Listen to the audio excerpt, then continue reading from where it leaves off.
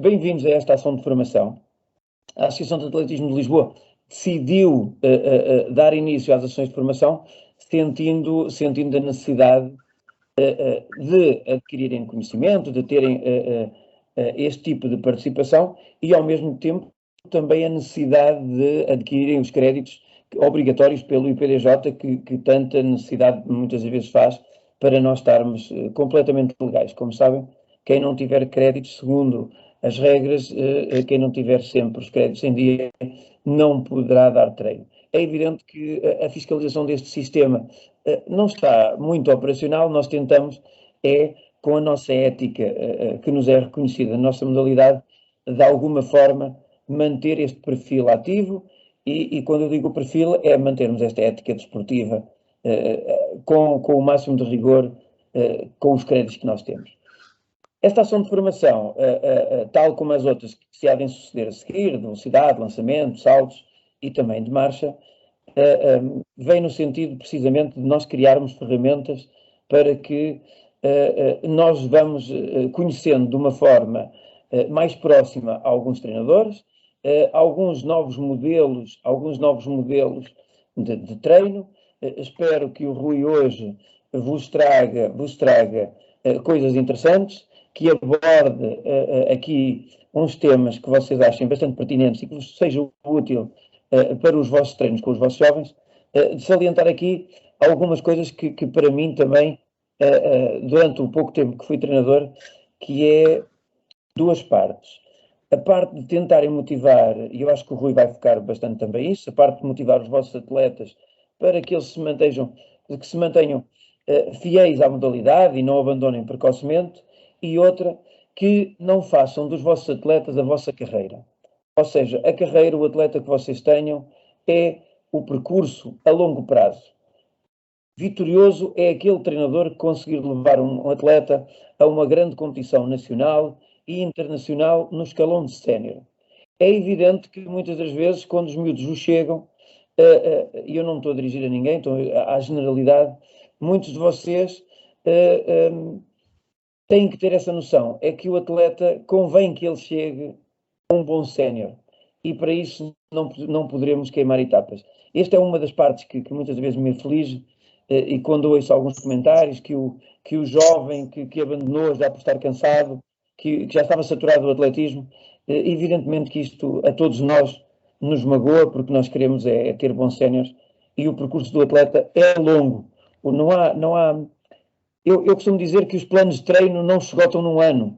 Os planos de treino têm que ser trabalhados há vários anos para que o atleta tenha isso como etapa. E o treinador tem que ter isso em mente, e eu espero que vocês, treinadores de meio fundo, consigam dar a volta a este nosso meio fundo, evidentemente consigam captar atletas e consigam trazer mais e melhores atletas para a nossa modalidade e tentar valorizar os que ainda e reconhecer os que ainda cá temos, que de alguma forma têm feito um trabalho brilhante, mas efetivamente, como dizia o senhor ex-presidente do Comitê Olímpico, o Vicente Moura, ele dizia há poucos dias atrás, por ocasião dos Jogos, nós não temos falta de condições, nós temos falta de atletas.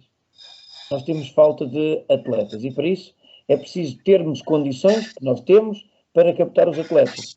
E eu acho que estas ferramentas que nós estamos a criar todos os dias, de mais e melhor conhecimento, nos pode ajudar a todos. Desejo-vos boa sorte para o curso. A professora Susana vai seguir com a formação e depois irá apresentar então o formador de hoje. Desejo-vos imensa sorte e que seja bastante produtivo para vocês todos. Bom trabalho, hein?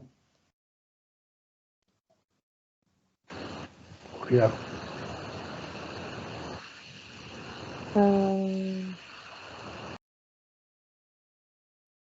Conseguem-me ouvir? Sim. Então, pronto. Muito boa noite a todos. Obrigado, Luís, por esta introdução. Eu não vou demorar muito tempo, porque senão vou retirar tempo ao Rui, e é ele que nos interessa ouvir. Relativamente a esta formação, ela dá um crédito a quem estiver presente nos 3 dias, segunda, quarta e sexta, mais para o meio da formação. Eu vou partilhar com vocês no bate-papo o link do Google Forms para a presença, para marcarem a vossa presença, com o número da cédula, para que vos possa depois ser creditado esse crédito para a vossa cédula. Relativamente a esta formação e às outras que seguem da associação, nós optámos por fazer num formato um bocadinho diferente, não ser tão expositivo, como tem sido a maioria das formações, mas sim em modo de uma conversa em que vocês também possam colocar questões ao formador e também conhecer um bocadinho do que foi a sua experiência com atletas olímpicas.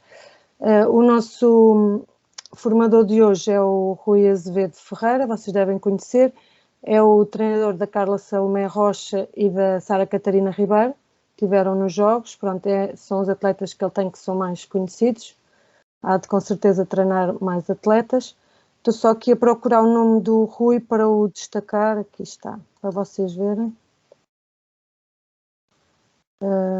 Conseguem ver o Rui? Sim, aí está ele. Pronto, então, sem grandes demoras, nós passávamos então à nossa conversa de hoje com o Rui, para vivenciarmos melhor o que foi a sua experiência com estas duas atletas.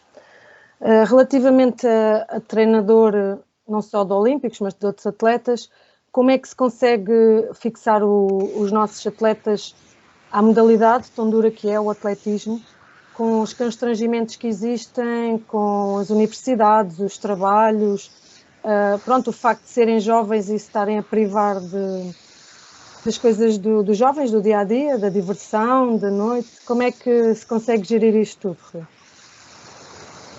Olá, boa noite. Quero começar por agradecer o convite da Associação de Lisboa e a ti, Susana, e a ti, Luís. Obrigado pela confiança. E passando diretamente a essa questão, acho que é o grande desafio de todos os treinadores de jovens, isto é, são mais os casos de insucesso, infelizmente, do que aqueles que nós conseguimos levar a bom porto. São muitas as dificuldades durante o processo de formação. Eu tenho exemplos de sucesso e os mais conhecidos são as atletas referenciais, a Sara Catarina Ribeiro e a Salomé Rocha, que apesar das dificuldades que tivemos durante a formação, conseguimos com que chegassem a sénior e chegassem em bom nível. Mas queria começar por dizer também que já tive pessoas, ou já tive atletas, que as coisas não correram tão bem. Recordo-me, aqui há meia dúzia de anos atrás, tinha eu 2 júniores muito bons, tanto a Catarina e a Salomé já eram séniores, mas tinha 2 júniores muito bons, que eram a Diana Ribeiro e João Lopes, que eram dois miúdos aqui de Vizela também, em que a Diana foi campeã nacional de 3.000 metros de obstáculos, na altura ficou 1 segundo dos mínimos para o Campeonato do Mundo, e o João foi terceiro nos 3.000 metros nos nacionais de pista coberta. E de uma época para a outra, quer um quer outro abandonaram a modalidade, portanto, por razões diferentes. O João, na altura, não quis estudar, isto é ali um misto de não querer estudar e também as possibilidades dos pais de colocar numa universidade também não era uma realidade, portanto, e com essas dificuldades o miúdo foi estudar, como muitos outros aqui nesta zona do Vale do Ave, onde há muita indústria têxtil, indústria do calçado, e que muito cedo se começa a trabalhar. E o emprego que ele arranjou foi das 14 às 22, de manhã ainda para ganhar uns trocos fazia umas horas extras, portanto o atletismo acabou por ficar para segundo plano, numas semanas, e de repente desiste completamente. Nunca mais tive a oportunidade sequer de tentar convencer do contrário. A miúda que falei, a Diana Ribeiro, por razões diferentes, portanto, na mesma altura, mas era aquela postura de querer viver aquilo que habitualmente os jovens vivem, à noite, as discotecas.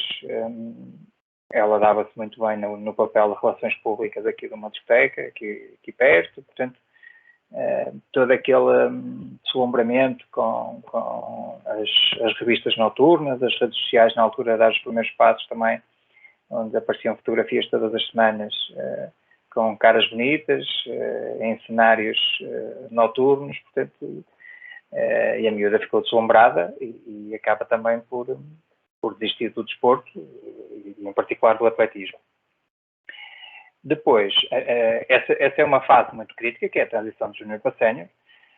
Eu, com os 2 casos de sucesso, no caso da Salomé e da Catarina, tive algumas dificuldades que felizmente foram ultrapassadas, mas uma delas, para além desta questão do secundário, de toda aquela fase onde tem namorados, onde há muita probabilidade das coisas descambarem em termos desportivos.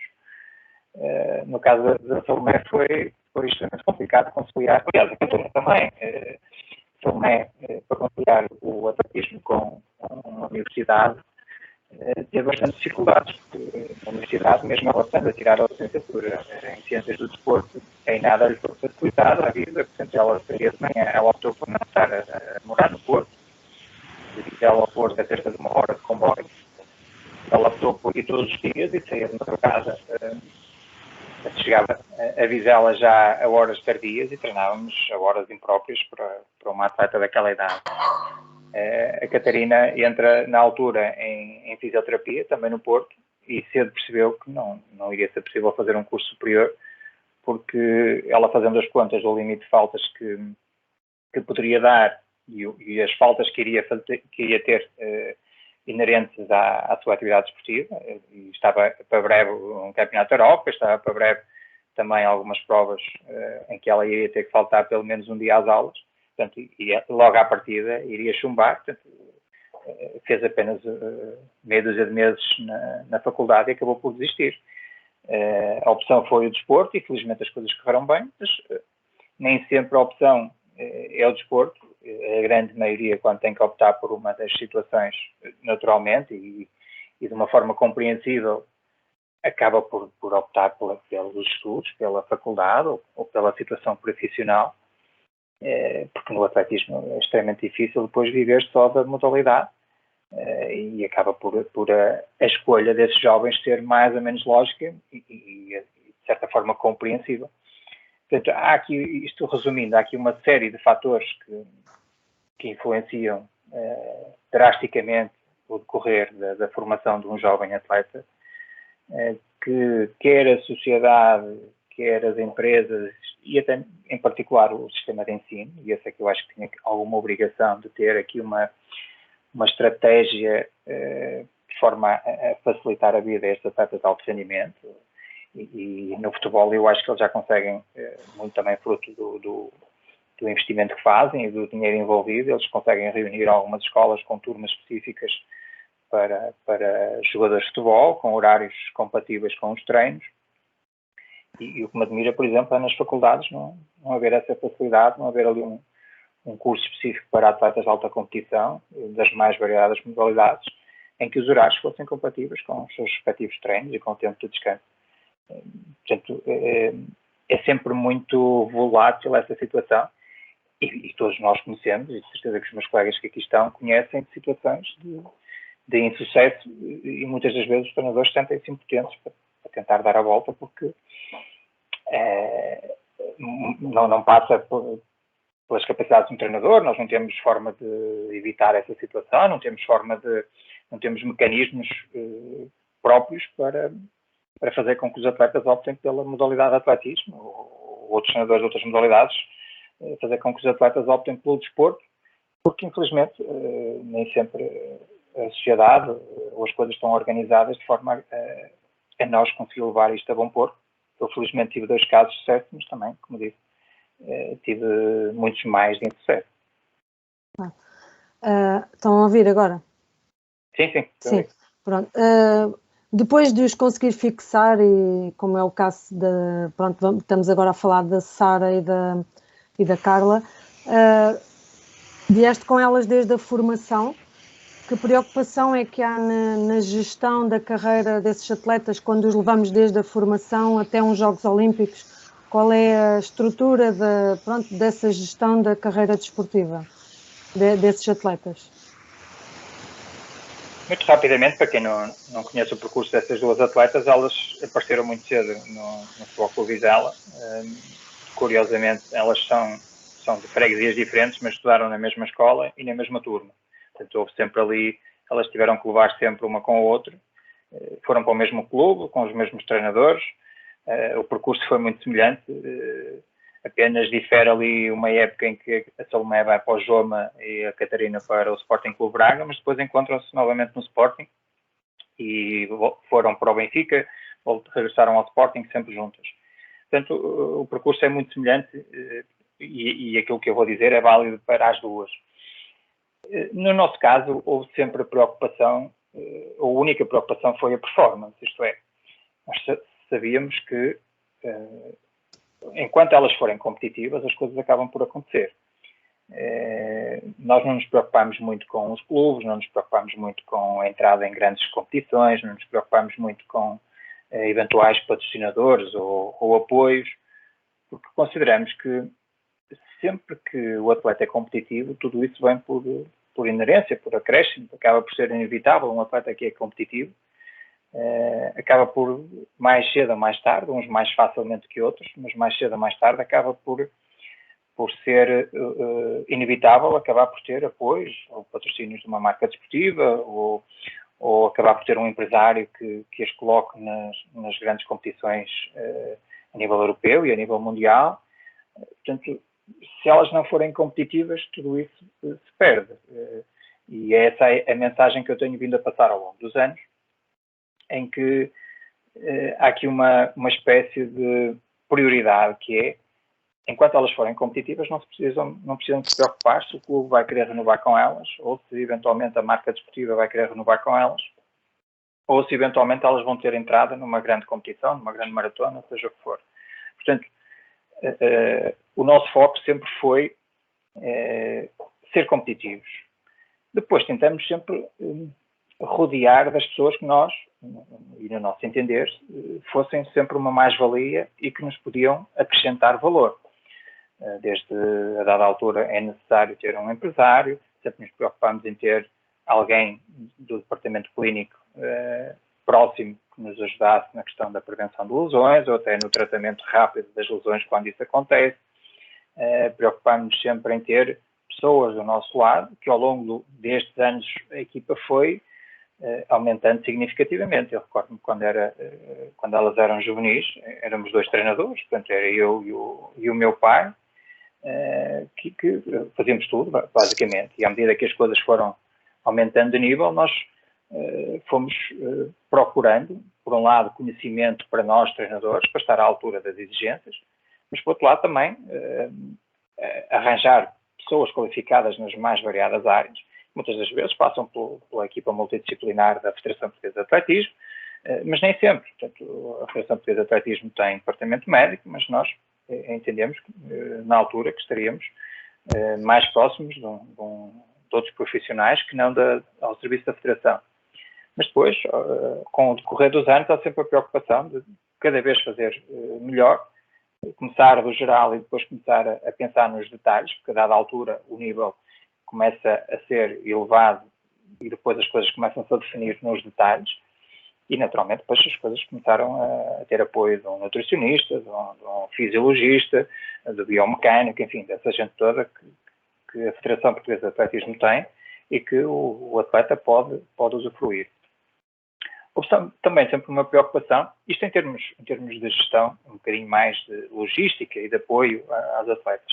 Em termos mais competitivos, houve aqui uma preocupação em nos nivelar por cima. Isto é, nós felizmente, estas 2 atletas tiveram atletas com quem se foram motivando. Há aqui uma geração um pouco mais velha do que elas, de grandes atletas na era de meio fundo.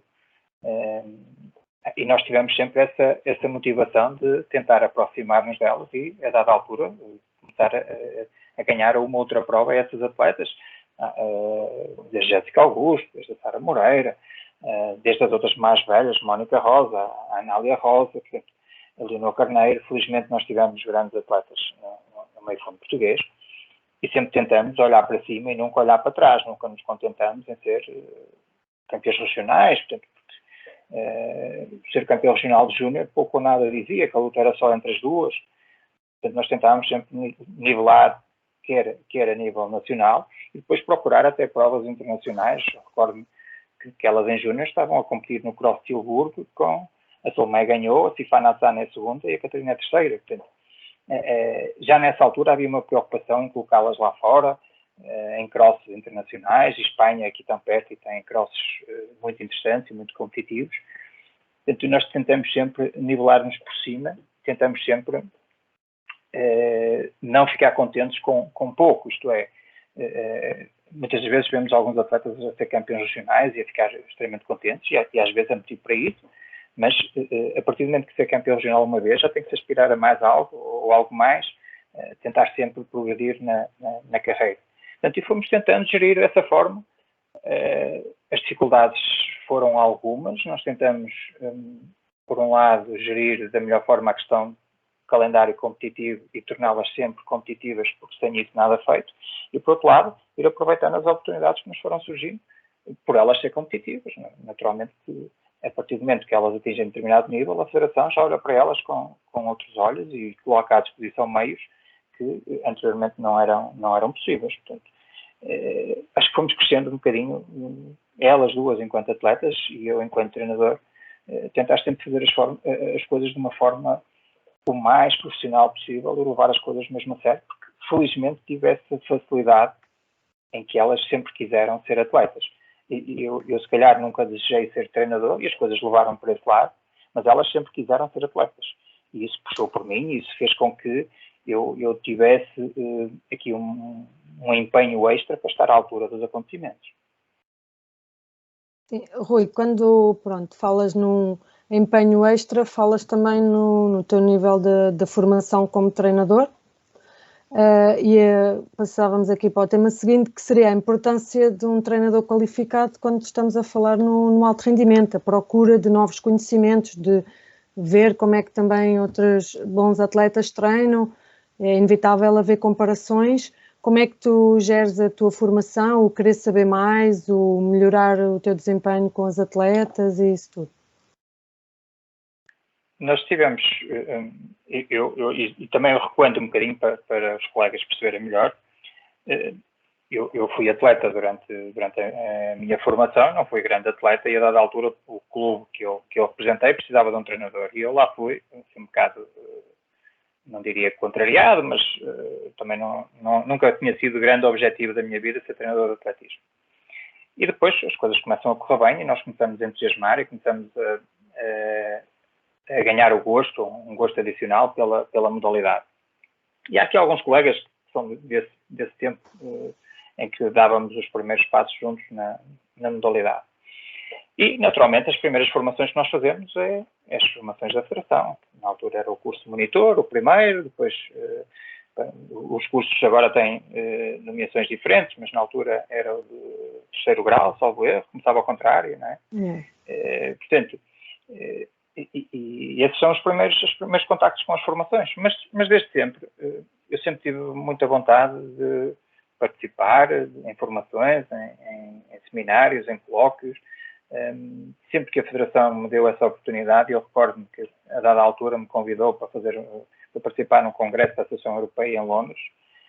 E eu, a primeira coisa que disse foi logo sim, sem pensar muito bem em tudo o resto. Portanto, eu sempre estive disponível para ouvir outros colegas, sempre procurei algum conhecimento, alguns testemunhos. Portanto, acho que essa vontade, se nós tivermos essa vontade de partilhar por um lado e de conversar com outros treinadores, e sejam eles portugueses ou não, até lá fora encontram-se testemunhos muito interessantes. Tentar perceber como é que cada um funciona e naturalmente vão haver diferenças. Naturalmente há formas de chegar ao mesmo sítio por caminhos diferentes, portanto, não há nenhuma fórmula mágica que diga que tem que ser assim, desta forma ou daquela. E isso faz, o treinador vai formando, vai bebendo um bocadinho aqui, um bocadinho acolá, vai percebendo como é que este funciona, como é que aquele trabalha, e depois vai criando o seu próprio método, vai se estruturando da forma como acha mais conveniente, como acha que vai alcançar maior sucesso. E eu fui crescendo, como disse há bocado, fui crescendo com elas. Elas, à medida que iam aumentando de nível, eu sentia a responsabilidade de ter que acompanhar o nível em que elas estavam com os meus conhecimentos, porque só tinha duas alternativas, ou pegava nelas e entregava a um treinador que eventualmente desse seguimento ao processo de formação e à carreira delas, ou tinha que estar eu à altura. Portanto, eu na altura entendi que enquanto eu me achasse capaz de levar a bom porto e enquanto as coisas estivessem a correr bem, felizmente foi o que aconteceu. E isso também é fruto muito da relação que nós temos enquanto treinador-atletas. Eu acho que beneficia muito do facto de... Eu comecei a treinar estas duas atletas jovem. Há ali uma proximidade em termos de ideias, há ali uma proximidade, até alguma afinidade extra, quando há muita diferença de idades entre treinador e atleta. Quer dizer que as coisas não possam funcionar, mas no nosso caso acho que funcionou muito bem o facto de elas olhar para mim quase como um irmão mais velho. E depois o segredo está na confiança que elas depositam no treinador. O treinador acaba por fazer tudo. Nós desde muito cedo adotamos aqui uma espécie de máxima que era as atletas treinam e o treinador faz o resto. Desliguem os microfones, faz favor, está só a ouvir barulho. Obrigada. Rui, desculpa interromper. Está aqui um colega a perguntar se é possível fazer questões. Portanto, sim, claro, esteja à vontade. Eu tenho aqui uma questão do colega Eduardo Coelho. Desliguem os microfones, faz favor. Obrigada. Pronto.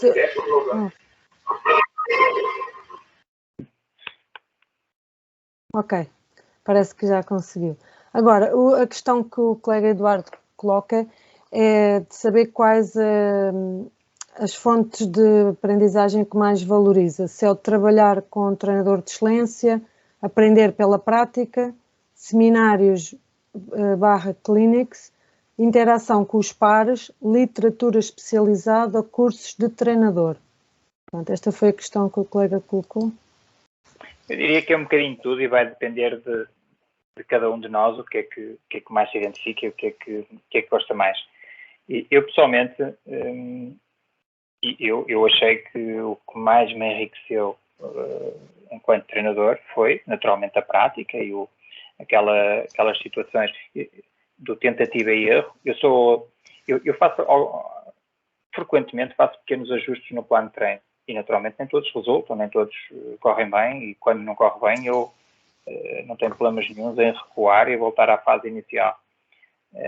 Mas, se eu comparar o meu plano de treino dos últimos anos, eles nunca são iguais. Portanto, há sempre uma alteração em função daquilo que eu acho que o atleta está a precisar naquela altura da carreira. Portanto, eu acho que a minha maior fonte de aprendizagem foi, por um lado, esta questão prática da sensibilidade que ganhamos no treino, porque nós aprendemos a conhecer o atleta de tal maneira. Quando a proximidade é grande, nós aprendemos a conhecer o atleta quase sincero. Nós chegamos ao treino e eu olho para uma delas e vejo se ela está disposta a treinar muito, se aquele dia não vai dar. Basta olhar para a expressão, basta até olhar para a corrida, a forma como ela está, a técnica da corrida. Portanto, isso só tem que ir com os anos e com a experiência, com conhecimento bastante alargado daquele atleta. E eu acho que depois aqui em Portugal o país é pequeno e nós facilmente percebemos como é que cada um trabalha, como é que cada um, qual é a visão de cada um de nós para o nosso setor de meio fundo. Portanto, e ainda por cima nós herdamos muito a nossa escola de meio fundo, do Muniz Pereira. Portanto, há aqui uma espécie de padrão, ou há aqui uma espécie de padrão que nós vamos assimilando ao longo dos anos e quase depois trabalhamos quase todos da mesma forma. Mas acho também interessante perceber como é que os outros países trabalham e aí encontram-se diferenças significativas. E aí só conseguimos, ou se eventualmente tivermos a felicidade de vir cá algum treinador estrangeiro falar um pouco do meio fundo, ou então nós próprios deslocarmos lá fora, e eu já tive a oportunidade de o fazer algumas vezes, e perceber como é que eles trabalham. E aí vemos algumas diferenças significativas e por muito estranho que nos pareça, há sempre alguma coisa que nós retemos e que achamos que nos pode ser útil no nosso processo de treino.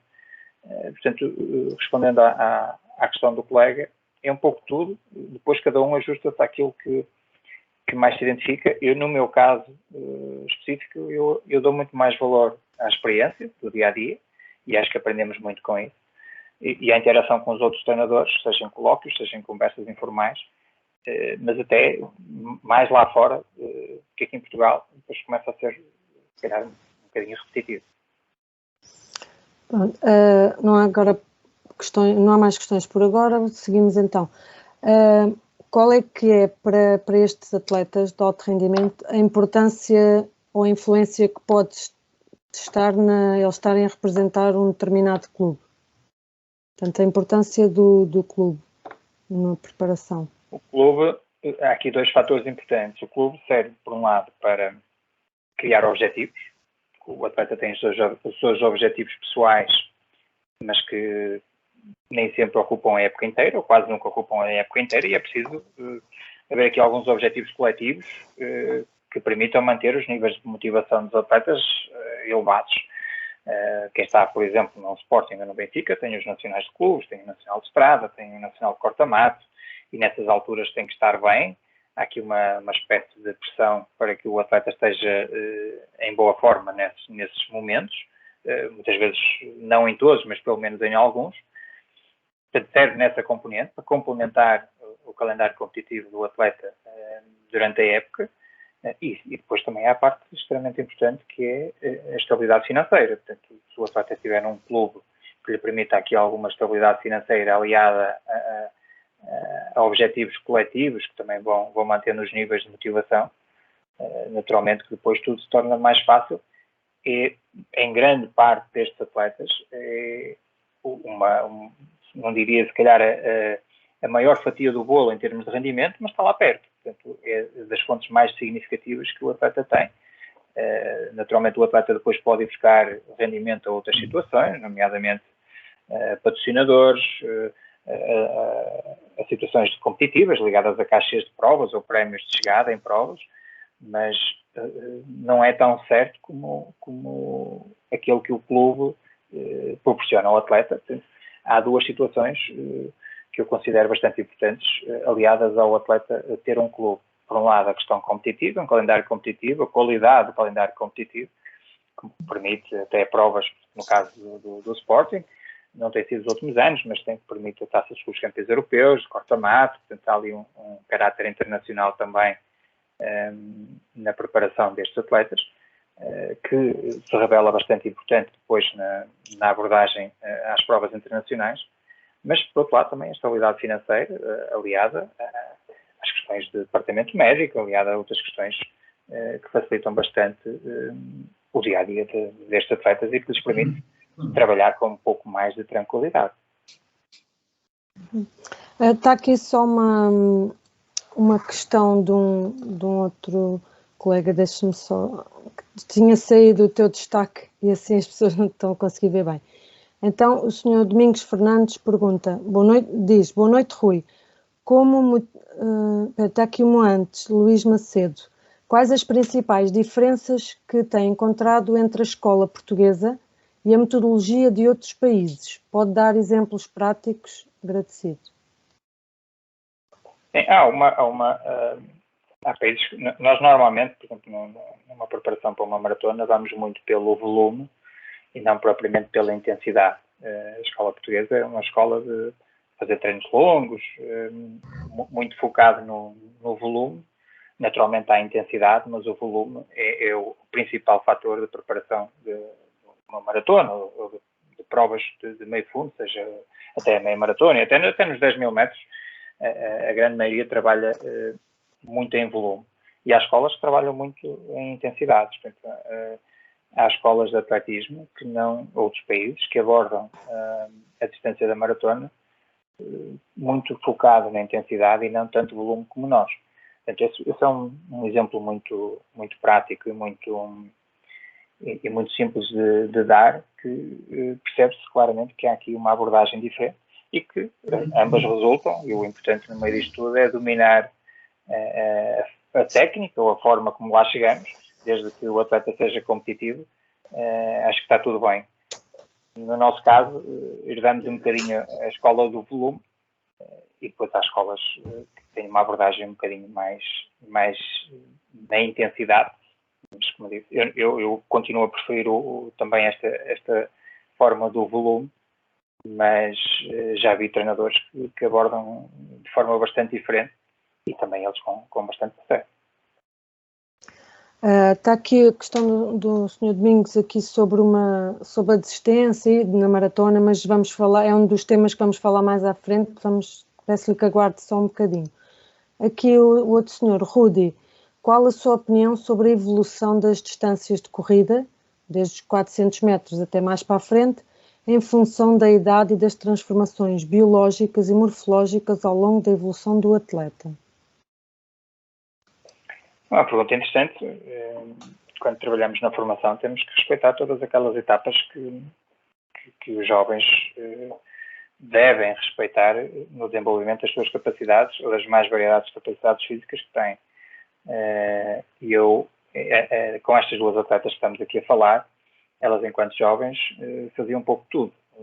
A Salomé foi campeã nacional de 800 metros, em juvenis, 800 e 1500, aliás, 800 e 2000 metros obstáculos. A Catarina fazia 1500 e 3000 e foi campeã nacional também. Portanto, elas faziam um bocadinho de tudo. Eu até as distribuía pelas distâncias. Por um lado, porque achava que elas deveriam fazer um pouco de tudo e não se deviam especializar só numa distância. E, por outro lado, até punha em provas alternadas para elas não se cruzarem e não serem adversárias uma da outra, principalmente na pista. Mas sempre fizeram corta-matos, sempre fizeram provas de estrada. Portanto, eu acho que numa fase de formação, acho que devemos fazer um pouco de tudo. E só depois, mais tarde, é que devemos especializar. No caso delas em concreto, portanto, a Salomé foi olímpica no Rio de Janeiro nos 10.000 metros e na altura ainda não tinha feito nenhuma maratona. E a Catarina, as coisas proporcionaram-se porque ela não conseguiu os mínimos para os Jogos Olímpicos e na altura foi uma espécie de necessidade que eu tive de lhe arranjar, e o atleta, quando não consegue um grande objetivo na carreira dele, frustração. Todos nós sabemos como é que as coisas funcionam, o atleta desanima, o atleta até lhe apetece deixar a modalidade, até acha que não tem valor nenhum, e naquela altura nós temos que nos reinventar e arranjar aqui uma forma de voltar a dar motivação ao atleta, voltar a arranjar um objetivo, voltar com que o atleta tenha vontade de treinar e treinar bem.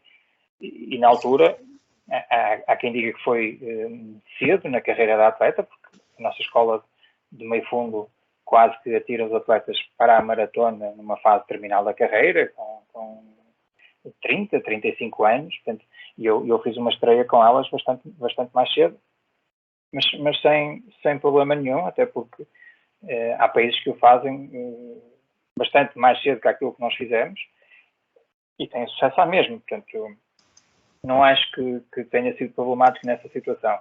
Acho que sim, que enquanto jovens devem respeitar essas fases de desenvolvimento das mais variadas capacidades e que devem progredir na distância de uma forma sustentável e com alguma lógica, tendo em conta as características físicas do jovem e tendo em conta aquilo que perspectivam e aquilo que mais gostam. Portanto, acho que o treinador deve ter sempre isso presente e deve gerir da melhor forma que sabe e que pode.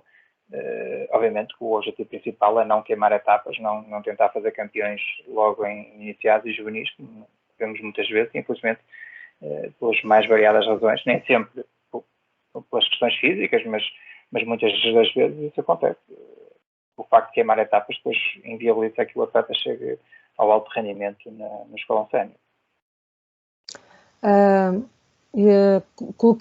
Vou colocar agora no chat o formulário para darem a vossa presença. Portanto, só têm que preencher o vosso nome e relembro que têm que estar presentes nas 3 para depois terem direito ao crédito. Ok? Portanto, temos aqui outra pergunta, Rui, que é: qual a opinião do Rui sobre a grande evolução das marcas nos últimos anos na maratona, tanto masculina como feminina? Há vários fatores. Aliás, não é só especificamente na maratona, nós temos vindo a assistir recordes quase todos os meses, felizmente ou infelizmente, dependendo da perspectiva, há muitos recordes que têm sido batidos e recordes que já duravam há bastantes anos. Eu associo sempre à tecnologia, aos meios disponíveis, enfim, se o atleta tem meios disponíveis para recuperação que não tinha há uns anos atrás, naturalmente vai facilitar o trabalho. Naturalmente, se o atleta tem equipamentos com melhor performance, no caso das sapatilhas, se lhe dão um maior conforto, se lhe dão um menor atrito no contato com o solo, naturalmente isso é uma ajuda. A área da fisiologia, há uns anos atrás, não existia para a grande maioria dos atletas, ou para a grande maioria não tinha acesso a essa situação, ou estava muito menos desenvolvida, e hoje temos meios de controle que não tínhamos há uns anos atrás. Portanto, acho que nesse campo, acho que tudo tem a ver com a evolução da própria sociedade, dos meios que temos disponíveis. Enfim, um pouco de tudo, acho que faz com que os atletas acabem por ter melhores performances, acabam por ter condições, até mesmo as pistas. Portanto, há estudos que dizem que as pistas cada vez são mais rápidas.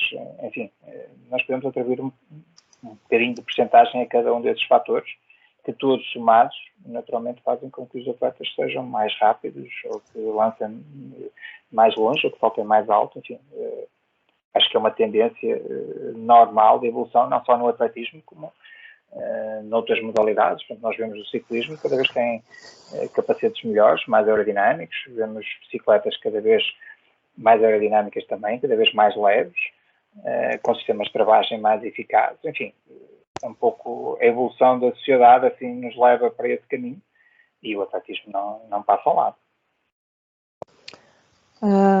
Já vimos que isto do alto rendimento não é fácil, é muito complicado, muitas privações, é dia a dia muito complicado. Qual é a motivação? Como é que consegues arranjar a motivação? Como é que consegues fazer com que as atletas estejam motivadas para o treino dia após dia, prova após prova?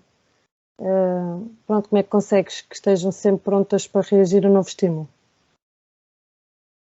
É sempre importante o treinador arranjar um objetivo um atrás do outro, isto é, nós propomos atingir determinada meta e quando a atingirmos é importante arranjar logo um outro objetivo. Há bocado falava da questão da maratona, no caso da Catarina, em que ela não consegue qualificar-se para os Jogos Olímpicos do Rio de Janeiro e ficou bastante abatida, bastante triste, bastante desiludida. E era urgente arranjarmos ali uma forma de a motivar, porque caso contrário iria perdê-la. Era muito fácil naquela altura ela desistir do atletismo e dedicar-se a um trabalho e depois lá se perdia a atleta, ou então ia andar aí só quase em part-time ou nunca a este nível. E surgiu a ideia da maratona, como noutras situações, por exemplo, agora na pandemia, nós fizemos provas internas, isto é, com o grupo de treino, organizamos provas nós, com 7, 8, 9, 10 atletas, sem mais ninguém na pista, numa hora em que não estava ninguém. Então, vai muito da imaginação de cada treinador para manter os níveis de motivação do atleta. O que é importante é eles terem um objetivo, sem dúvida. Quando eu percebo que um atleta não... É fácil perceber quando um atleta não tem um objetivo, não tem vontade de treinar, não se esforça tanto, não está tão focado no processo de treino, facilita muito mais, até no descanso, falta muito mais vezes ao treino. Se houver um objetivo muito concreto, nós, seja através de uma prova, o alcançar um resultado em determinada prova, seja alcançar determinada marca a determinada distância, cabe ao treinador arranjar aqui uma forma de encontrar objetivos, de os motivar e, acima de tudo, também ter um grupo de treino, porque muitas das vezes não nos apetece treinar, mas sabemos que os colegas estão à nossa espera e não podemos facilitar. Portanto, às vezes até o treinador não apetece sair de casa, às vezes a chover e no inverno nós estamos muito bem sentados no sofá, mas sabemos que os atletas estão lá à nossa espera e que remédio é o nosso levantar-nos e ir para o local de treino. Portanto, os atletas é um bocado isso. À carga que eles levam, aos sacrifícios que fazem, eles têm que estar sempre motivados e nós temos que arranjar sempre motivações. que podem passar, como disse, pelas mais variadas questões, desde arranjar, olha, tu vais fazer aquela meia maratona e o objetivo é este, ou tu vais fazer 10.000 metros e o objetivo é alcançar determinada marca. E tentar, acima de tudo, comprometer o atleta com aquele objetivo. Isso é extremamente importante, nós fazer com que, e eu não decido, eu proponho e eu arranjo aqui uma forma de o atleta concordar comigo na perseguição desse objetivo. Se o atleta está comprometido comigo na busca desse objetivo, as coisas são muito mais fáceis. Sem ter que impor, mas tentar arranjar ali uma concordância com o atleta, de forma a que ele se comprometa com determinado objetivo, seja ele pequeno ou grande, não interessa, mas só assim é que nós conseguimos motivá-los. E depois, há fatores externos que nós não controlamos, que podem influenciar. Se o atleta alcança determinada marca, mas depois aparece um patrocínio novo, ou aparece um clube interessado, naturalmente isso depois é uma ajuda extra. Mas numa primeira fase, é ter que manter os níveis motivacionais dos atletas para eles serem competitivos. Porque se não for, como disse logo no início da conversa, se não forem competitivos, nada feito. Ninguém quer saber deles, ninguém quer patrociná-los, não há clube nenhum que os queira. Portanto, se nós conseguirmos com que eles sejam competitivos, a tarefa fica muito mais fácil para todos. Olha, Rui, tenho aqui uma pergunta do Bruno Rolim, mas deixa-me só fazer uma primeiro para não perdermos aqui o fio à meada, que é, pronto, diz aqui o António Matos que há um grande treinador em Portugal que defende que não é possível conseguir bons resultados com vários atletas sem queimar alguns. É um risco. O que pensa deste princípio? Eu não acho que seja necessário queimar alguns, isto é, no nosso caso, não tenho dúvidas em afirmar que um grande fator do sucesso destas duas atletas foi o facto de elas estarem no mesmo grupo de treino. O nivelarem-se por cima, porque elas sabem que a concorrência está na mesma pista, à mesma hora, com o mesmo treinador. O que se vê muitas das vezes é, se o atleta for o melhor do seu grupo e for o melhor destacado, tem tendência para relaxar, tem tendência para facilitar. No nosso caso, eu acho que elas tiveram o sucesso que têm muito pelo facto de serem as duas no mesmo grupo de treino. E tivéssemos nós mais, porque acho que todas melhoravam e não havia necessidade de queimar ninguém, porque há lugar para todas. Felizmente não há número limite de atletas na pista ou na estrada, principalmente. Portanto, o futebol é que tem que meter o 11 lá para dentro e tem que deixar ficar o resto cá fora. No nosso caso, tomara eu ter 10 Salomés com 10 Catarinas, que havia lugar para todas, e acho que daria para fazer um trabalho interessante com elas.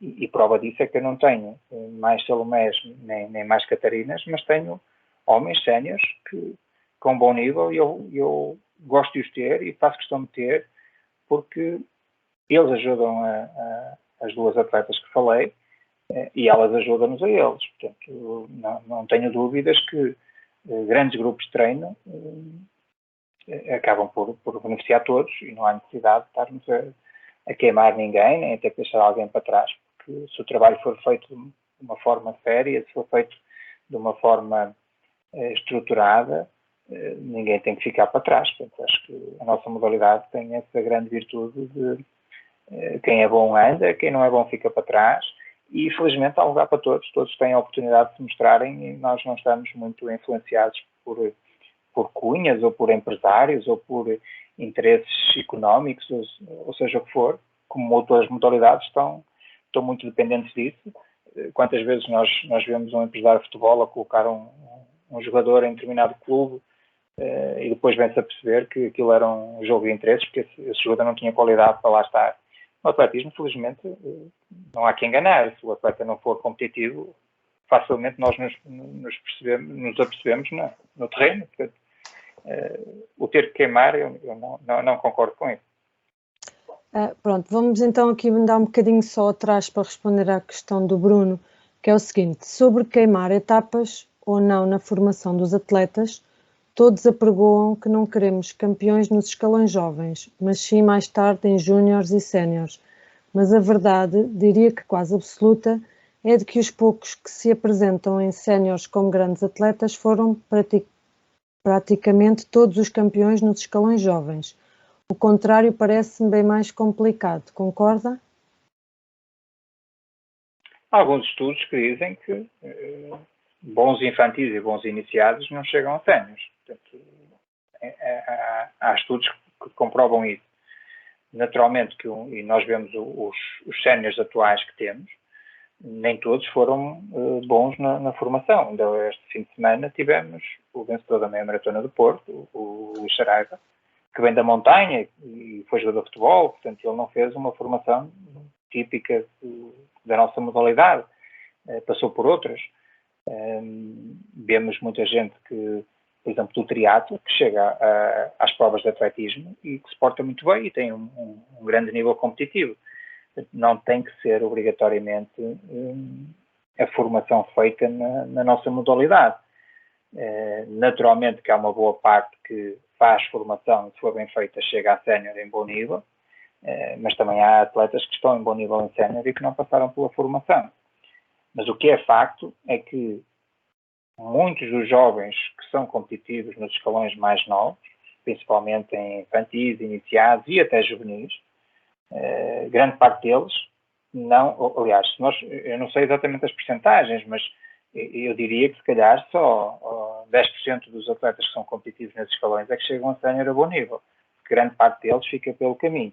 Não necessariamente pela questão de queimar etapas, porque muitas vezes a formação até pode ser bem feita, e por outros fatores que já falamos aqui no início, desde o deslumbramento com as atividades próprias da juventude, desde questões laborais ou questões ligadas aos estudos, que eventualmente possam viabilizar a progressão do atleta até sénior. Mas o que é facto é que, se nós queimarmos etapas, não há hipótese. O atleta não. Por muita facilidade que tenha, que a faculdade, ou até nem vá para a faculdade e tenha um pai rico que lhe permita viver muitos anos do atletismo sem ser preciso ter que ir trabalhar. Portanto, mas se as etapas foram queimadas, e temos muitos exemplos desses ao longo destes anos, aliás, os treinadores que estão aqui com mais experiência, todos eles conseguiriam enumerar 2 ou 3 casos de insucesso por causa da má formação ou do querer queimar etapas. Portanto, acho que acima de tudo é preciso ter algum bom senso, tentar perceber que o atleta tem que ter aquelas fases próprias da formação e tentar controlar, que nem sempre é fácil, mas tentar controlar a ansiedade dos resultados. No meu caso, acho que foi um bocadinho mais fácil porque eu tinha alguns atletas de nível e isso ajuda. Naturalmente, quando há um único atleta naquele grupo de treino que se sobressai, o treinador tem, e com alguma compreensão, embora não sendo a melhor estratégia, mas o treinador tem tendência para focar só naquele atleta porque acha que ele vai ser um grande campeão. E nem sempre acontece. Portanto, eu vejo pelas 2 atletas que estamos a falar, poucas foram as adversárias delas enquanto iniciadas, juvenis, júniores, que estão agora em sénior. Muito poucas aquelas que chegaram ao escalão sénior e muito poucas aquelas que têm nível competitivo. Está aqui ainda falando sobre os grupos de treino e as suas influências. O Sr. Rudi diz-nos aqui: os grandes grupos de treino não sacrificam a individualização do trabalho? É uma questão. Ou as necessidades desse grupo são todas iguais, assim como os momentos de forma? Não. Um grande grupo de treino não tem que obrigatoriamente treinar todos da mesma forma. Aliás, não deve ser assim. Cada atleta tem as suas características e tem o seu treino, e quanto mais individualizado ele for, melhor. Mas há forma de conseguirmos fazer ou por grupos, caso seja um grupo muito extenso, começar a dividir por grupos mais pequenos, a níveis mais aproximados, com ritmos semelhantes. Isso é possível fazer. Há alturas da época em que eu tenho que fazer um treino diferente para a Salomé e para a Catarina. Aliás, há alturas da época em que eu estou na pista com 6 cronómetros ao peito, porque tenho 6 grupos diferentes, com ritmos diferentes e a fazer trabalhos diferentes.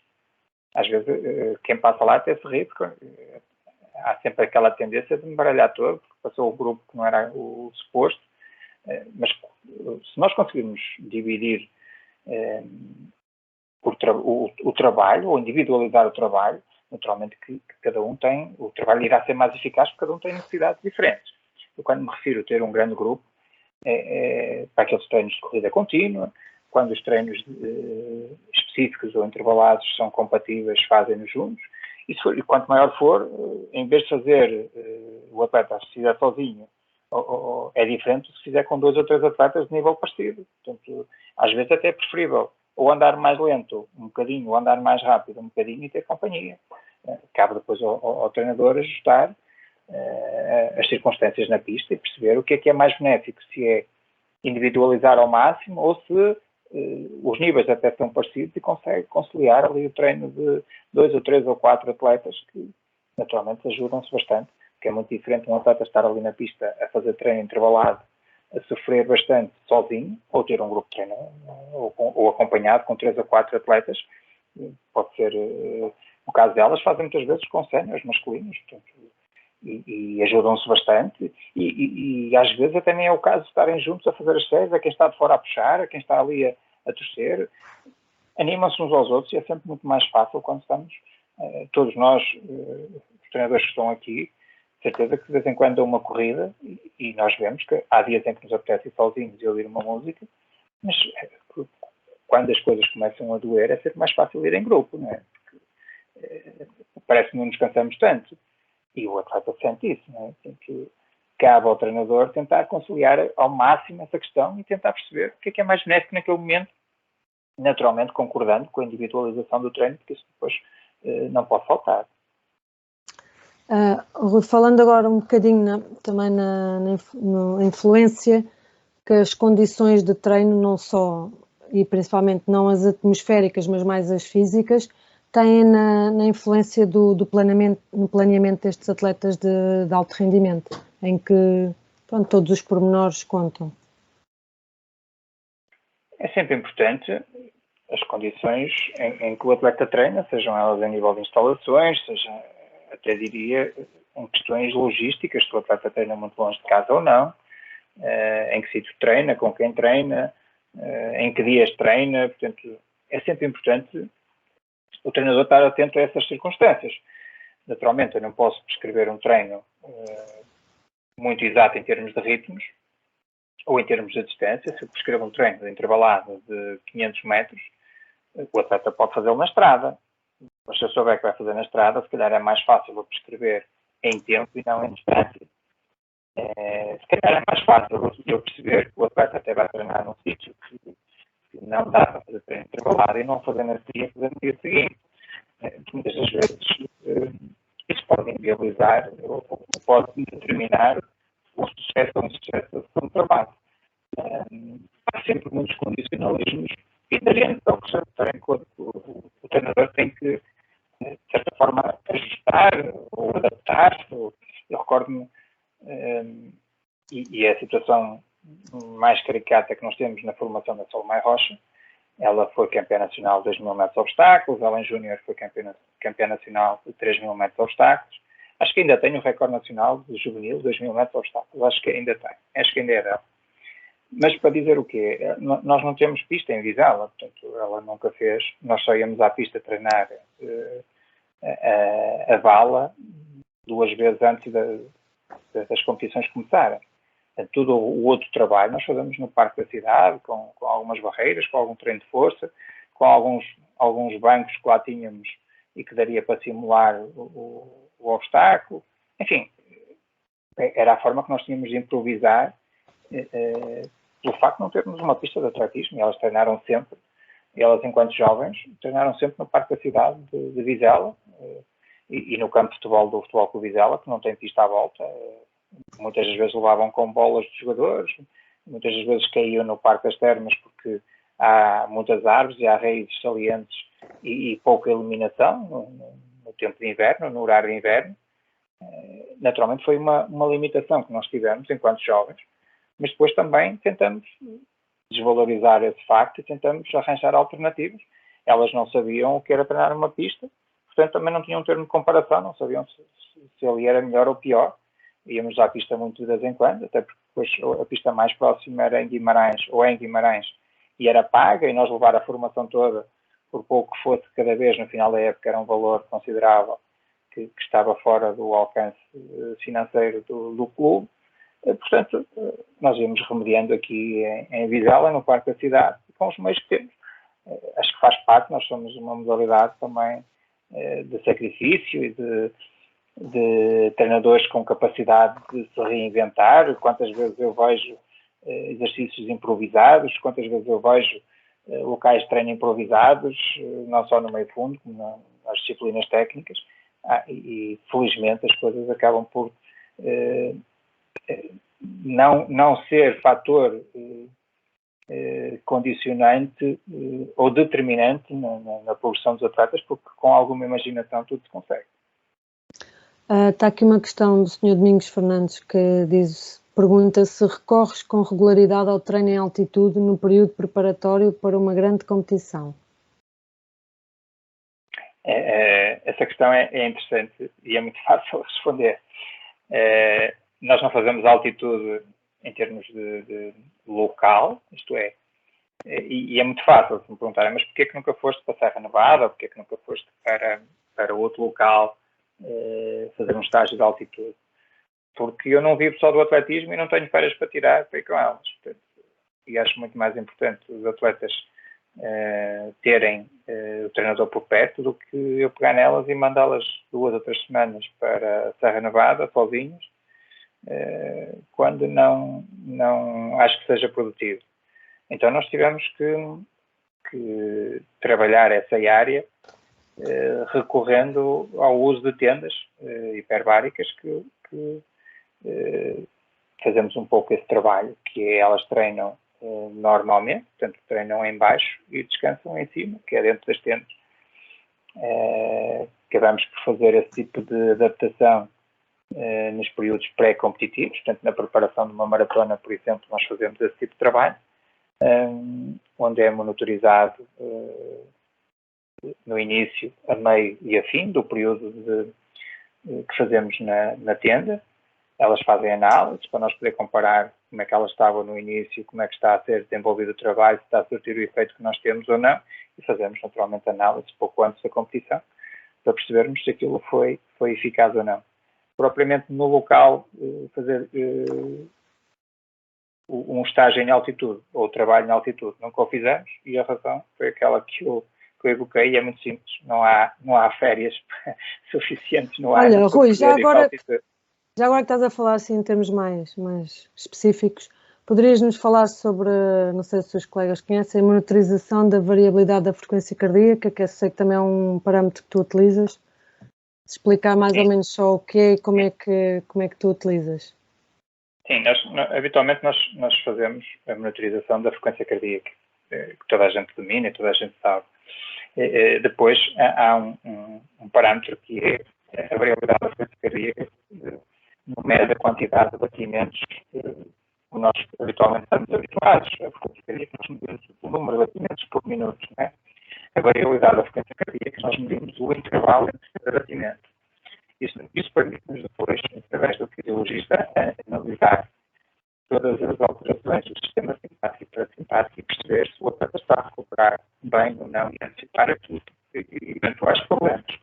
Portanto, na prática, o que é que isso é feito? Portanto, elas todos os dias de manhã, a primeira coisa que fazem quando se levantam, aliás, nem se levantam da cama, sentam-se na cama e colocam a banda no peito para fazer a medição da variabilidade da frequência cardíaca. É uma banda específica, portanto não dá qualquer uma. Tem que ser uma banda que permita fazer essa medição através de uma aplicação no telemóvel. E depois mandam um fecheiro para o fisiologista que todos os dias recolhe aqueles dados e coloca num gráfico. Eu tenho acesso ao gráfico diariamente, portanto vejo o comportamento de cada uma. No gráfico dá uma linha média do comportamento de cada uma e as linhas padrão de desvio. Portanto, quando o atleta está 2 ou 3 dias consecutivos fora desse padrão de desvio, é sinal que alguma coisa está a acontecer, o atleta não está a dormir bem, ou não está a recuperar bem, ou está para apanhar uma gripe, ou já está a chocar uma gripe, que nós costumamos dizer aqui no Norte. Alguma coisa não está bem, ou está a entrar em overtraining, e normalmente é um sinal de alerta para nós baixarmos logo ao volume ou à intensidade do treino. E pela experiência que tenho, basta 2, 3 dias com um abrandamento do processo de treino e elas retomam logo o processo normal. Portanto, é ali um sinal de alerta extra que nós temos e que nos permite antecipar aqui algumas contrariedades que por vezes acontecem. Ok, obrigado. Até, se quiserem colocar algumas questões, coloquem no chat que eu pergunto ao Rui. Já Seja coloquei... à vontade, quanto mais interativo isto for, torna-se mais giro. Também, já coloquei outra vez o formulário, porque há pessoas que estão sempre a cair à internet e voltam a entrar e podem não ter visto o formulário. Para marcar presença já lá está novamente. Agora, Rui, o quadro competitivo nacional e internacional com estes atletas, como é que é preparado? É através de objetivos? Como é que é preparado este quadro competitivo no alto rendimento? Nós tentamos sempre conjugar, há sempre objetivos vários. O atleta tem os seus próprios objetivos, o atleta pode querer, portanto, no caso destas atletas, podem querer fazer uma maratona, ter como objetivo fazer uma grande marca ou participar numa grande maratona, quer pela questão da grande marca até para ganhar dinheiro, também é uma área bastante rentável, ou ainda é rentável, esperemos que assim continue. Depois há os objetivos do clube, neste caso os objetivos do Sporting, que são negociados a quando o contrato que elas vão celebrando com os respectivos clubes. Depois há os interesses, os objetivos da Federação Portuguesa de Atletismo, que também é parte interessada no processo e é parte importante no processo. Portanto, nós quando temos tudo em cima da mesa, naturalmente começamos por colocar em cima da mesa os grandes campeonatos, normalmente associados aos interesses da Federação Portuguesa de Atletismo, que são campeonatos da Europa, campeonatos do mundo, Jogos Olímpicos. Portanto, esses são os grandes objetivos destes atletas. A seguir a isso, colocamos os objetivos do clube, que é quem lhes paga, é uma grande fonte de rendimento que eles têm, o grande parte do rendimento que os atletas têm. Portanto, e nós colocamos no calendário competitivo todas as competições que nos comprometemos com o clube.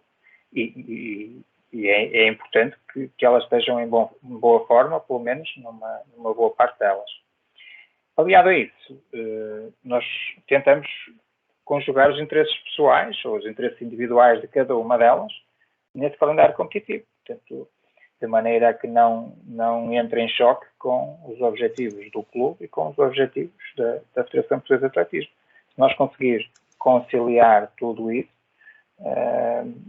e obviamente depois no meio há provas com os mais variados objetivos, nomeadamente há provas numa altura em que o calendário está mais liberto e elas fazem provas pura e simplesmente para ganhar dinheiro. Há alturas em que o calendário é a altura de fazer provas preparativas para ou os objetivos do clube ou os objetivos da federação.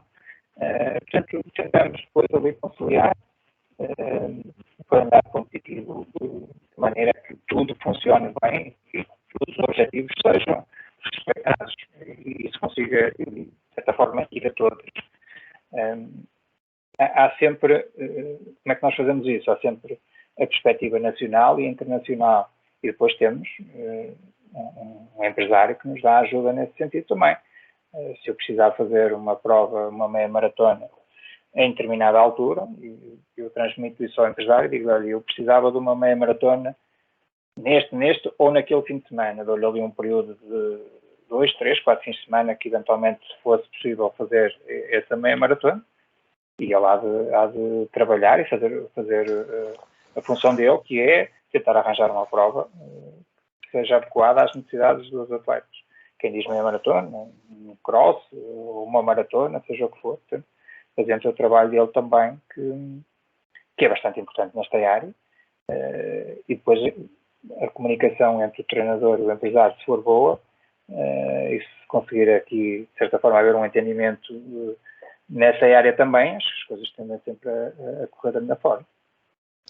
Está aqui uma questão do Rudi. Sabe-se que cada vez mais as estratégias de ritmo são de extrema importância. como aborda esta questão na preparação de competições de pista e estrada? Que modelo aplica para reduzir o impacto negativo de uma aplicação errada de ritmo durante a competição? A determinação dos ritmos é sempre feita através de avaliações periódicas. Nós normalmente fazemos avaliações de lactato, mas há quem opte por avaliações de VO2 máximo ou outro tipo de estratégias. Portanto, normalmente nós trabalhamos muito avaliações de lactato com a determinação dos lineares, linear aeróbio e anaeróbio. A velocidade máxima aeróbia também é um fator a ter em consideração. E normalmente o atleta depois com a experiência também, com as sensações que o corpo lhe vai dando, também tem, a este nível já tem experiência suficiente para saber gerir o esforço e saber encarar a prova, seja ela de pista, de corta-mato ou de estrada. Portanto, cada prova é uma prova e na pista há termo de comparação, mas na estrada nem sempre, e na corta-mato também não se consegue comparar prova para prova. Quando na pista é fácil, porque até conseguimos determinar ritmos de volta a volta. Na estrada ou no corta-mato tem muito a ver com as características específicas daquela competição. Que, por exemplo, quando chegamos a uma altura de corta-mato, é sempre importante perceber que tipo de corta-mato aqui é, se envolve muita subida ou muita descida, se envolve que tipo de piso é que envolve, se é mais relva, se é areia, se é terra batida ou se é terra mole. Quando é uma prova de estrada, temos que perceber se é uma prova plana, se o piso é bom, se sobe muito, se desce muito, enfim. Pode haver aqui uma preparação prévia, mas o principal é a preparação física. Se o atleta estiver bem, tanto tem nível na estrada como no corta-mato, ou seja, onde for. É importante fazer um bom trabalho, monitorizar com frequência, perceber se está a haver alguma evolução ou se não. E para isso há formas de o fazer, há testes que se podem fazer, avaliações periódicas que se podem fazer e, acima de tudo, depois também é o conhecimento que o atleta tem das suas características e da forma como se sente e do treinador, naturalmente, que percebe, não só pelo tempo dos treinos, pela forma como o atleta corre, pela técnica de corrida que tem, pela predisposição para o processo de treino. O treinador também vai tendo alguns feedbacks, sejam eles positivos ou negativos, que lhe vão dando indicações se o atleta está bem ou se não está. Também há essa sensibilidade pela parte do treinador que lida com os atletas há bastante tempo. Eduardo Coelho coloca ainda outra questão, que é: como vê os novos meios de monitorização ao dispor de outras federações, como por exemplo o controle de biomarcadores, ajustar diariamente uma sessão de treino através dos valores de hemogramas, análises de DNA fragmentado, oximetrias, etc. É uma realidade possível para nós, atletismo português? Isso é o sonho de qualquer treinador, é ter esses meios todos à disposição. Infelizmente, ainda não é possível. Nós em Portugal ainda estamos nessa área da fisiologia. Temos dado passos importantes. Tudo se resume às questões financeiras, aos custos inerentes a essas formas de trabalhar. Os fisiologistas e os meios à disposição pagam, e a nossa modalidade não tem capacidade financeira para fazer face a esse tipo de monitorização. Vou-lhes dar um exemplo. Portanto, os atletas que estão na preparação olímpica têm o apoio de fisiologista dentro das suas condições dadas pela Federação Portuguesa de Atletismo, pelo Comitê Olímpico, enfim, do dinheiro público. Mas, por exemplo, chegada a esta altura, não ficando nas 16 primeiras, o atleta salta para o nível inferior, que não tem apoio de fisiologista. Portanto, a Catarina e a Salomé, neste momento, se quiserem ir ao fisiologista, pagam do bolso delas, ou eu faço as avaliações eu próprio, pagando o material do meu bolso, as tiras reativas, que parecem baratas, mas cada teste fica por 10, 15, 20 euros, 30 euros, seja o que for, dependendo do número de tiras que nós gastamos. Portanto, isso, infelizmente, nós ainda estamos numa fase muito inicial, eu fui vendo como é que os fisiologistas vão trabalhando e vou fazendo algumas coisas também por iniciativa própria, mas não é, obviamente que não é com a mesma precisão e queríamos nós ter mais gente na área da fisiologia ao dispor dos atletas e os meios todos que foram falados, mas eu acho que é tudo uma questão de orçamento, de dinheiro e obviamente também aqui há alguma sensibilidade dos responsáveis de quererem ou não apostar nessa área, mas pronto, eu gostava muito de ter esses meios todos à disposição, gostava muito que isso fosse uma realidade, mas a nossa modalidade ainda não está virada para esse lado. Temos aqui mais uma questão da Maria José, que é o seguinte, ela gostaria de saber se a Sara Catarina e a Carla Salomé têm perfis de lactato e VO2 máximo semelhantes. São diferentes como atletas, são diferentes, embora elas tenham feito percursos diferentes, muito semelhantes em termos de clube, de treinadores, enfim, aqui um bocado quase que são fotocópia uma da outra em termos de percurso, mas são muito diferentes em termos físicos. Há uma delas que recupera, por exemplo, no início da época muito mais rápido que a outra, tem timings diferentes quando estamos a fazer, por exemplo, uma preparação para uma maratona. O tapering é muito diferente de uma para a outra, ou algo diferente de uma para a outra. Tem características no seu todo diferentes, até em termos de personalidade, que é o normal, até na forma como encaram o processo de treino. Há coisas em que elas partilham dos mesmos ideais e eu acho que isso tem a ver com o crescimento junto e a formação juntos, mas depois são atletas com características físicas diferentes e nós temos que, por exemplo, dificilmente eu consigo tê-las a fazer, por exemplo, treino no limiar anaeróbio ao mesmo ritmo, ao mesmo tempo, porque dificilmente conseguem, a dada altura da época, conjugar o mesmo limiar anaeróbio.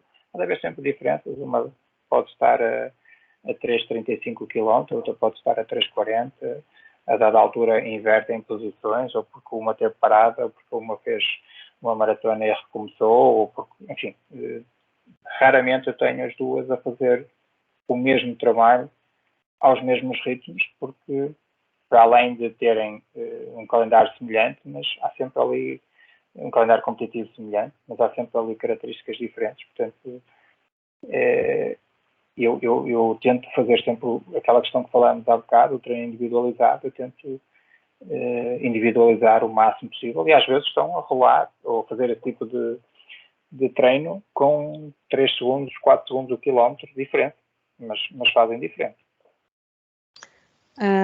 Aqui uma questão colocada pelo Rudi, que é qual a percentagem do treino de força na programação anual? E pergunto eu também, que tipo de treino de força é que é feito com atletas para a maratona? Eu faço o enquadramento ao longo do tempo. Elas, enquanto jovens, o treino de força era dado por mim.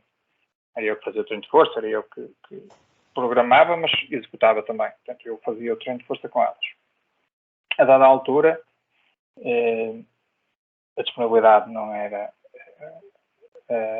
desejável e eu comecei a colocá-las, ou colocar no papel o plano de treino para elas executarem depois em momentos fora dos treinos com o treinador. E o que se percebe é que quando nós damos algo para elas fazer, nomeadamente treino de força, para elas fazer sozinhas, não resulta, porque há ali posturas que têm que ser corrigidas, há ali até mesmo por disposição delas para fazer esse tipo de treino. E os atletas de meio fundo são, nessa área, quando se mete treino de força e alongamentos, são os mais preguiçosos. Não sei se vocês têm essa percepção também, mas a ideia que eu tenho é que os atletas de meio fundo, se pudessem passar sem reforço muscular e se pudessem passar sem alongamentos, o trabalho de mobilidade era o ideal. Não sendo isso possível, a dada altura, o que é que eu pensei? Bem, vou colocá-las no ginásio, mas isso não é forma de trabalhar, porque elas no ginásio também não vão andar lá sozinhas sem perceber o enquadramento do tipo de trabalho que elas precisam. Então, arranjei uma pessoa da área, expliquei-lhe exatamente o que é que queria e inclusivamente fiz algumas aulas primeiro eu, para perceber da forma como ele trabalha e da forma como eu queria. Há muita tendência dos personal trainers que estão ligados ao fitness de colocar os atletas, sejam os do atletismo, seja onde for, mas no nosso caso do atletismo, a fazer desafios no treino de força. Só que eles esquecem-se que a atleta treina de manhã com eles, mas à tarde tem que ir treinar novamente. E eles empenavam-nas todas. Portanto, eles colocar uma atleta destas a fazer um desafio, elas matavam-se para fazer tudo aquilo que eles podiam, não é? Elas são extremamente competitivas. E isso só dava asneira. Portanto, eu tive que fazer algumas aulas primeiro e explicar que era um reforço muscular com calma, muito focado na técnica de execução e ir ao detalhe. Se determinado grupo muscular está debilitado, é ali que devem trabalhar, nem que seja uma sessão de treino especializada só naquele grupo muscular. E de maneira que a atleta saísse confortável para, à tarde ou no dia seguinte, conseguir treinar normalmente e não estivesse tão queixosa quanto isso. Ou o tipo de treino não fosse de tal maneira pesado que inviabilizasse o treino seguinte ou os treinos seguintes. E não é fácil encontrar pessoas da área que nos deem esse tipo de ajuda e que estejam em sintonia com o trabalho que o treinador pretende que seja realizado.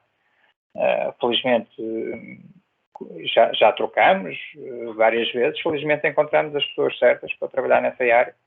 E respondendo muito diretamente à pergunta, dependendo da altura da época, pode ser um treino por semana, podem ser 2, e há alturas da época até são 3 treinos por semana, individualizados. Portanto, elas estão 1 hora com aquele profissional a fazer o treino de reforço muscular, só aquela atleta. Portanto, é um treino individualizado para cada um. Como disse, 1, 2 ou eventualmente 3 vezes por semana. Agora, voltando aqui a uma outra questão colocada pelo Sr. Domingos um bocadinho atrás e vai ao encontro do tema que seria o seguinte, que é a importância da vitória e a gestão do insucesso. E o Sr. Domingos dizia, na desistência na maratona, como é que o treinador, atleta, lidam com o insucesso? Na maratona, que é uma prova tão dura e que não se faz todos os dias, não é? Há algumas velhas máximas que nós adotamos desde o início, que trabalhamos juntos. Uma delas é relacionada com isso, é relacionada com a vitória e a derrota. Quando elas ganham algo, por muito significativo que seja, eu só as deixo festejar no dia. No dia seguinte, no treino seguinte, que não me venham falar da vitória que tiver. Portanto, é assunto tabu já. Portanto, eu não... elas podem ser campeãs nacionais no domingo e podem festejar, deitar os foguetes, apanhar as canas, o que elas quiserem no domingo. É chamada a regra das 24 horas. Basicamente. Portanto, não, os americanos têm, já ouvi falar disso, é a regra das 24 horas. Tem 24 horas para digerir a derrota ou a vitória. Sim. No nosso caso não é bem 24 horas, porque elas correram domingo de manhã, correram domingo à tarde, na segunda manhã já não podem festejar, mas o princípio é esse. Eu acho que vi um documentário na Netflix que falaram nessa questão das 24 horas. Os treinadores famosos, era isso. Portanto, eu não corto logo os festejos caso sejam no dia seguinte. Portanto, eu não as deixo festejar muito tempo para não ficarem deslumbradas com qualquer vitória, mas o contrário também é válido, isto é, elas naquele dia, e falámos na questão da maratona, portanto, se desistirem numa maratona, podem chorar, espernear naquele dia o que elas quiserem, eu não chatei nada. Portanto, é o momento delas, elas têm o... E também já cheguei à conclusão que elas no dia não têm a lucidez suficiente para fazer qualquer retrospectiva, para me dizer o que é que aconteceu. Não pergunto nada no dia porque não adianta. Deixo elas assimilar, podem chorar, estão no momento delas. Na segunda-feira, acabou-se o choro e voltamos ao trabalho. Portanto, não há cá lamentos. Quando muito, nos dias seguintes, vamos falar sobre a prova, porque também é nosso hábito perceber o que é que se passou. E eu não sou daqueles treinadores que acham que foi apenas um dia mau. Portanto, eu não acredito muito nisso. Há sempre uma explicação. E às vezes não é fácil encontrar a explicação. E às vezes no primeiro, segundo, terceiro dia a seguir à prova não se consegue perceber qual é que foi o problema.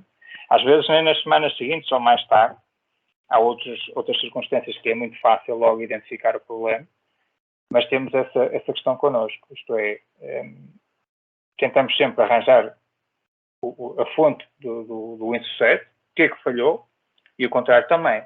Quando as coisas correm bem, há sempre pontos de melhoria que nós conseguimos identificar.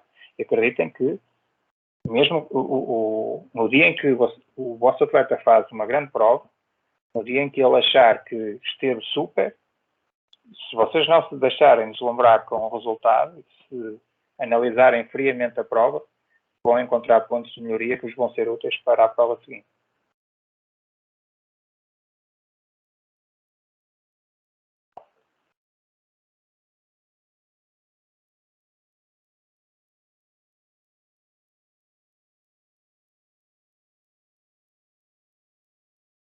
Eu deixei de ouvir, não sei se está tudo online ou não. Sou eu, tinha o som desligado, peço desculpa. Pronto, já estamos em cima da hora. Eu vou, pronto, encerrar com o Rui e na quarta-feira vamos dar seguimento com outro convidado e na sexta tem a parte final que será da tertúlia, vão pensando sobre aquilo que nós estivemos a falar e depois na sexta-feira iremos abordar todos os temas, caso seja do vosso interesse. Não sei se tem mais alguma questão para o Rui ou para mim.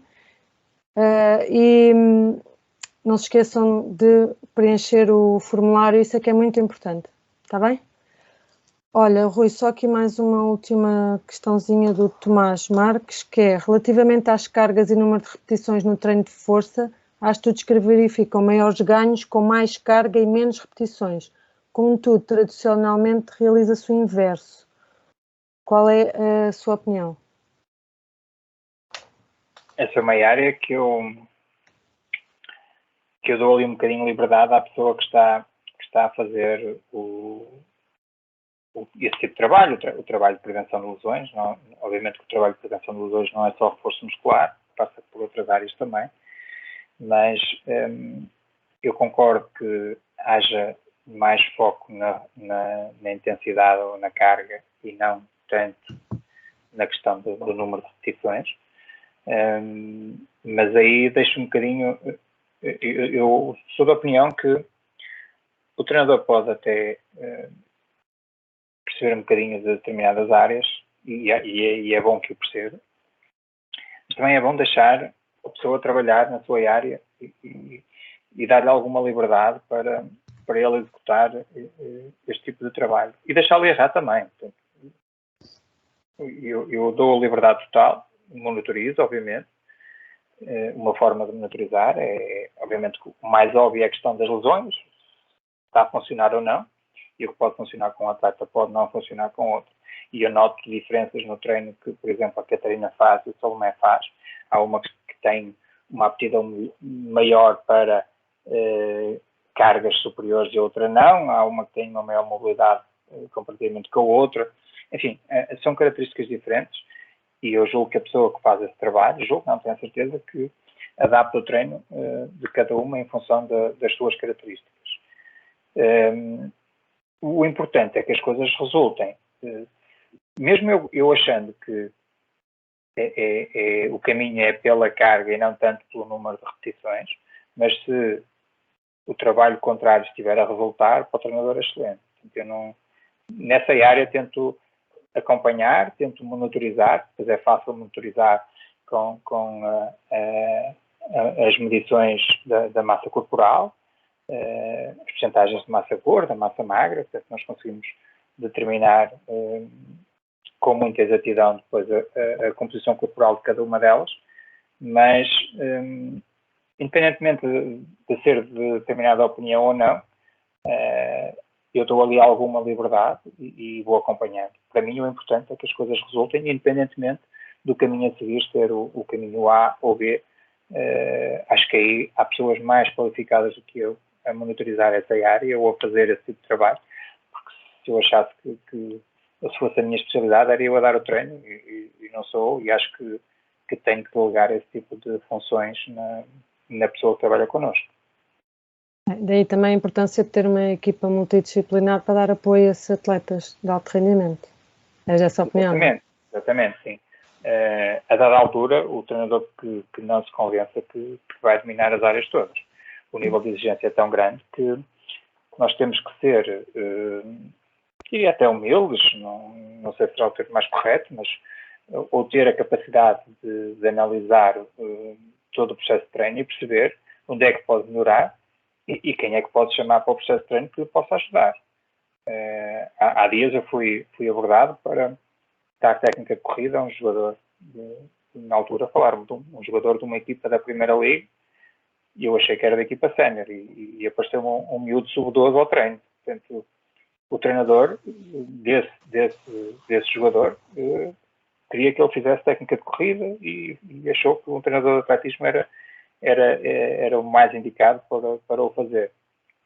Portanto, esse treinador de futebol viu que havia ali uma necessidade e procurou ajuda num ponto muito específico que ele não domina, não é a área dele, não está à vontade. Se calhar se dedicasse, provavelmente, passado uns meses, iria estar mais à vontade nessa área, mas ele achou que não tinha esses meses para esperar e procurou ajuda. Eu acho que também faz parte do trabalho de um treinador, a dada altura, buscar ajudas nas mais variadas áreas. E eu fui buscar ajuda na prevenção de lesões, porque normalmente nós, nessa área, vamos buscar ajuda só a massagistas, optamos sempre só pela questão da massagem, ou pela questão da crioterapia, ou da pressoterapia, enfim, optamos sempre por coisas um bocadinho mais conhecidas e mais comerciais.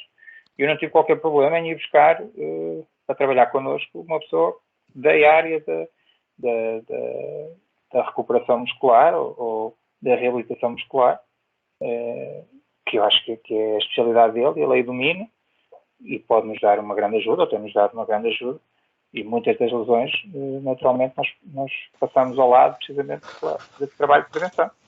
E não vejo qualquer problema nisso em ir buscar ajuda exterior. Aliás, acho que é esse mesmo o caminho. Está bem. Olha, Rui, obrigado pela tua presença. É sempre um gosto ouvir-te e partilhares a tua experiência connosco. Certeza que os nossos convidados também acham. Se houver alguém que eventualmente tenha mais questões ou que eventualmente queira continuar a conversa e ficou alguma coisa por dizer ou trocar algumas impressões, pois há sempre formas, aliás, no site runningforce.pt tem lá os contactos, portanto, qualquer coisa, mandar um e-mail ou assim, estejam à vontade. Tem todo Rui, se conseguires, preenche também o formulário, está bem? É só pôr o nome e o TPD, que é para depois também te dar uma coisa. Pronto, boa noite a todos então e até à próxima. Até quarta.